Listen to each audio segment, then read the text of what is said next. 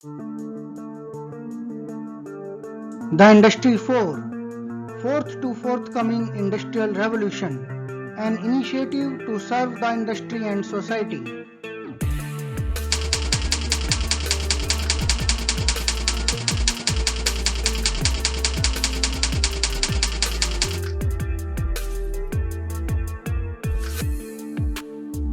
Hello everyone, welcome to the Industry 4.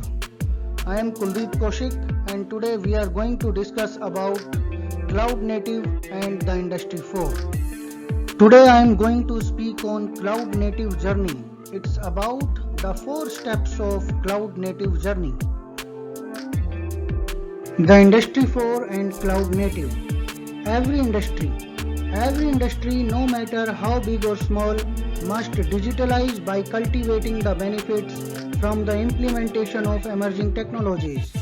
To realize this digitalization, cloud computing is the most critical emerging technology which is proving its impact in all kinds of industry verticals.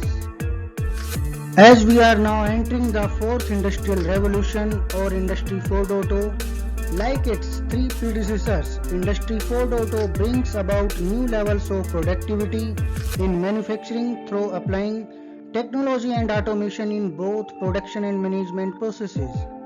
In this way, Industry 4.0 could not be excluded when we discuss cloud computing and its highest maturity level, that is the cloud native, which is the key for exposing the maximum capabilities of Industry 4.0 applications. Being first to cloud native means being first to greater scale, diversified interoperability and greater efficiency than ever before. So what's needed? What's needed for Industry 4.0 based enterprises to take their organization functions and applications into the cloud? Cloud native. It's about a progression path. It's about a progression path from a traditional IT environment to cloud native in a form of journey, in a form of modernization, and in a form of maturity model. To understand the cloud native, we must understand the cloud native progression path. We must understand the cloud native evolution journey. The evolution journey for cloud native can be defined in 4 steps, starting with traditional computing environments to current form of cloud native computing environment. The first step towards cloud native journey is our traditional computing environment. This is the legacy form of IT infrastructure and application environment in which different enterprise IT functions and applications were tied to specific hardware and the product were dependent on the hardware itself. In this scenario, an enterprise had hardware from different OEM vendors which are incompatible with each other. Now the second step towards cloud native journey is virtualized computing environment. Virtualization is the stepping stone or like a bridge towards cloudification.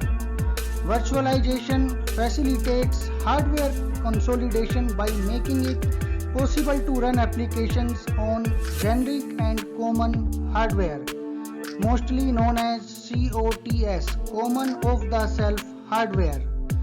This was the first step towards cloudification but still was not yet the real form of cloudification.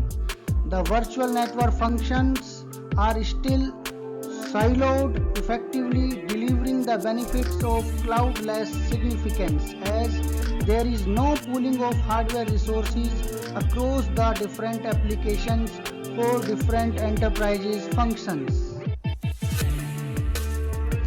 Now the third step towards cloud native journey is cloudified computing environment. This next step in the journey towards cloud native is the evolution towards automation and elasticity.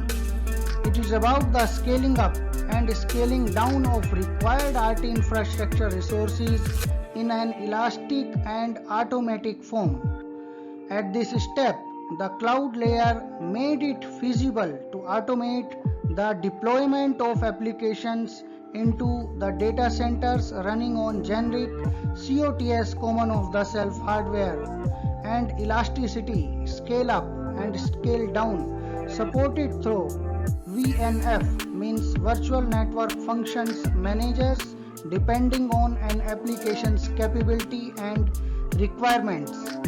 In addition to virtualization, now we have automation in place, and now it is possible to run many separate applications with the same tools and in the same IT environment. Now moving towards the fourth step of our cloud native journey. The final step of our cloud native journey is to evolve application architecture towards cloud native applications, which is our ultimate motive and destination of our cloud native journey.